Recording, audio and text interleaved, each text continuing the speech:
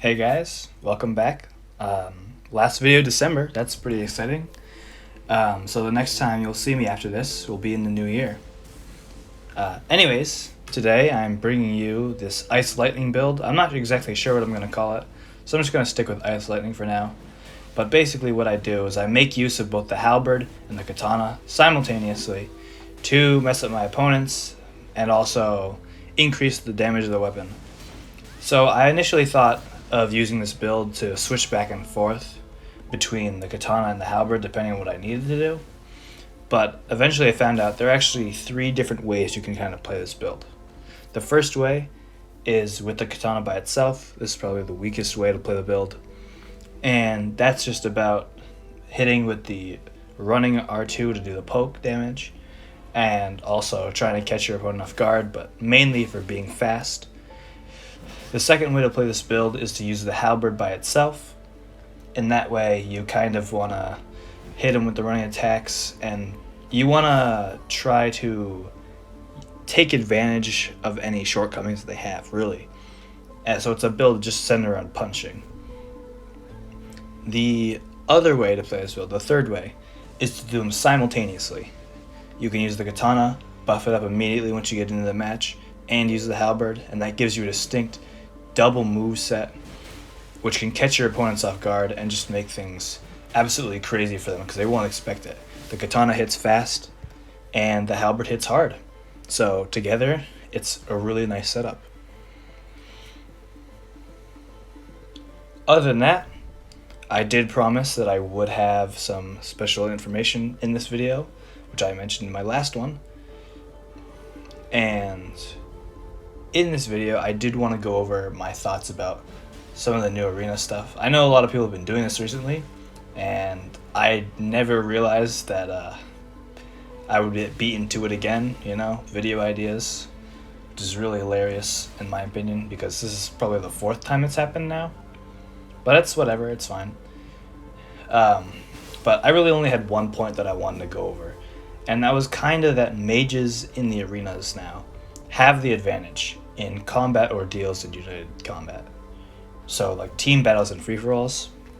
In duels, they're the same as they've always been. Just get up close to them, punish any actions they make, don't let them spam spells, etc, etc, etc.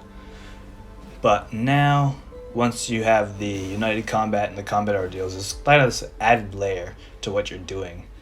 And basically, you have to be careful, because if you're trying to go into a melee fight, I use melee characters a lot, so I know this pretty well. You can get third-partied by people. Pretty common. That's kind of the goal of combat, the multiplayer combat. I mean, like 4 or more people, right? And that's kind of the point. But the problem with that is mages who have the superior range over everybody can just stay in the back and just kind of spam and hit with hard hitting spells like Cannon of Haima. I did that in some of my previous videos just to kind of demonstrate it. This is my first week and I realized it immediately, but I never got really around to talking about it. Anyways, so like I was saying, that is really good for the mages. And I don't need anything to be debuffed. I just wanted to kind of bring people's awareness to this subject. Oh, that guy almost killed me right there. Because once you enter the arenas, oh damn, I died. Yeah, so once you enter the arenas, you want to kind of take out the mages first. That'll give you a short opening to take down anybody else and just rack up points. But you don't want to let any mages get close to you, or be able to have time to take advantage of the distance between you. That's what I meant. Kind of mess that one up, but whatever. Like in this clip right here, this is a mage blood who's using bleed, which, by the way, is really cool. If I see a person using bleed, the bleed sorceries, which do damage to you on every cast, respect to that person automatically. I don't even care if they're a mage, right? But like I did to that person, you want to get rid of them as fast as possible. Not just with this build, with any melee build. Even as a spellcaster, you want to get rid of other spellcasters. So then you have the advantage. I kind of just wanted to bring this to people's attention because I thought it was an important detail to know about these new arenas, right? So that's why I thought it was pretty important. That's why I said it was important in the last video. That's really the gist of it. There's no real point in me going over it multiple times, but that's all there is to it. Just don't let the mages take advantage of you in the... Holy crap, what am I doing? Sorry, looking at the clip. Yeah, the point is, don't let the mages take advantage of you. You want to play it strategically, and you want to be aware of what people are capable of. So, mages make things very difficult to concentrate on. Because, especially people who are good at the game. People who can play this game really well, people who have down timings and the basics of PvP, right? They'll be really good as mages too, because mages are kind of easy mode for Elden Ring. You get the range advantage if you level them correctly too, or you make a hybrid build with mages that's actually decent, then it's really powerful. The one that I use in my videos, the Spellblade, that one, like, first day got me to the Radiant Gold rank, just in like combat deals alone, because of the number of kills that I was getting. I'd getting like 12 kills a match, just because I could third party people and take it like groups of 4 people at a time, you know? Naturally, it did earn me the hate of everybody else in the arena, but that's nothing compared to the amount of points you get if one person kills you, but you kill 4 people every time you're in the game, right? You're gonna come out on top. Like I just did right there. That was like really close. I'm surprised I survived that. Yeah. So, you really just want to be able to exploit any advantages you have against mages. So that was really my only important point. If you want to see more videos that have information about the PvP arenas, what can be better balanced, what can be changed, G9 has a good video on, has a few good videos on that actually, and Stilovsky recently made a video as well, going over that. Well, at the time that I'm recording this, it came out today, and I watched that. It was really nice. It was really good. Him and Amir collab. But really, what they did was they go over what needs to be changed in PvP to make it better, and I think they were absolutely on the mark there.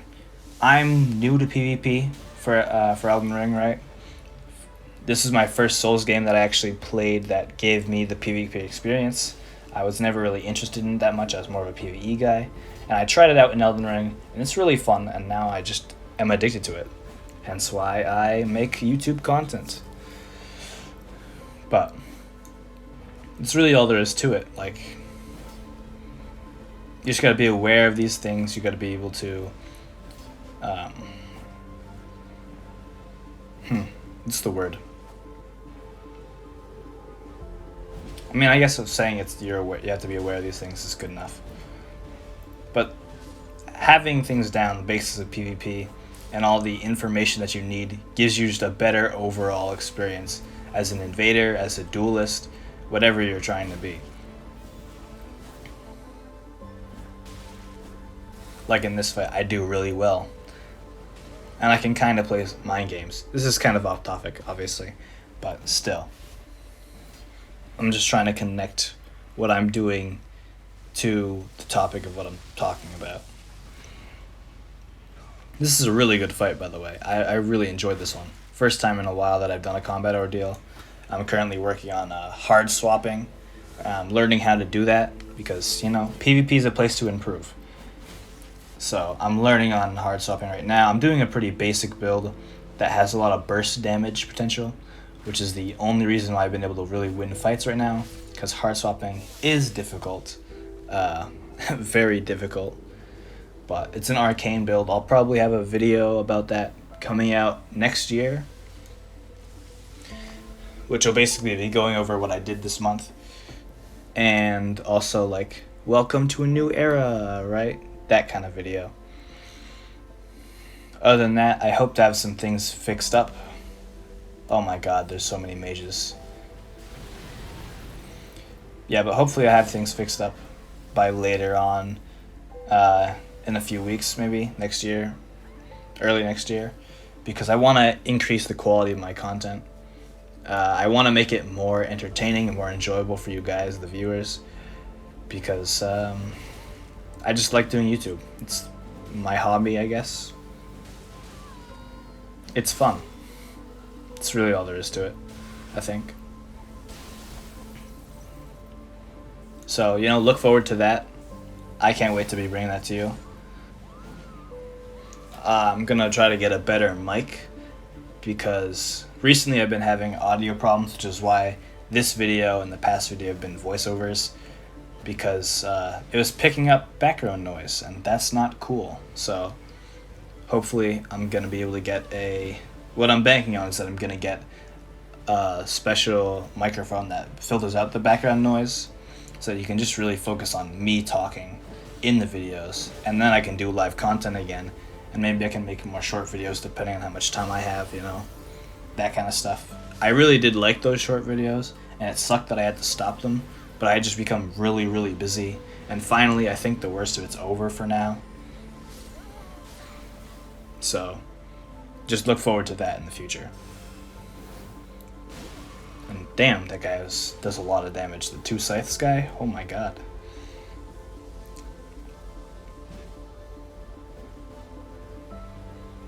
Jeez, alright. That was really good, too. Oh, okay. Who was that? No idea. Anyways. This fight was super fun. This fight and the one earlier that I lost, just very slightly, was really cool. So respect to those 2 guys. This guy knows what he's doing. The guy with the 2 scythes, right? He's getting into their faces. He's not letting them get into space. I mean, I exploited his delay there and killed him, but he would have done the same to me, so it's fine. But he's exploiting the weaknesses of the mage that I was just talking about earlier. Just getting up close. I'm trying to roll catch here, but it's not working. But he's doing a good job, basically. So he's already realized this. A lot of people have probably realized what I mentioned at this point, too. Because it's not, a big new thing. It's just something that I think more people should be aware of if they're not already. So I felt like mentioning it. But that's really all there was to it for this video. I just want to go over the build, basically. I'll have the equipment and stuff displayed at the end, and the stats. I realized that I forgot to do that for the last one, and I'll probably put up a community post about that. Maybe. But we'll see. It won't take me that long to do. I'll just have to re-download the backup. I might actually do that before this video comes out too. So me kind of talking about this is redundant. But hey.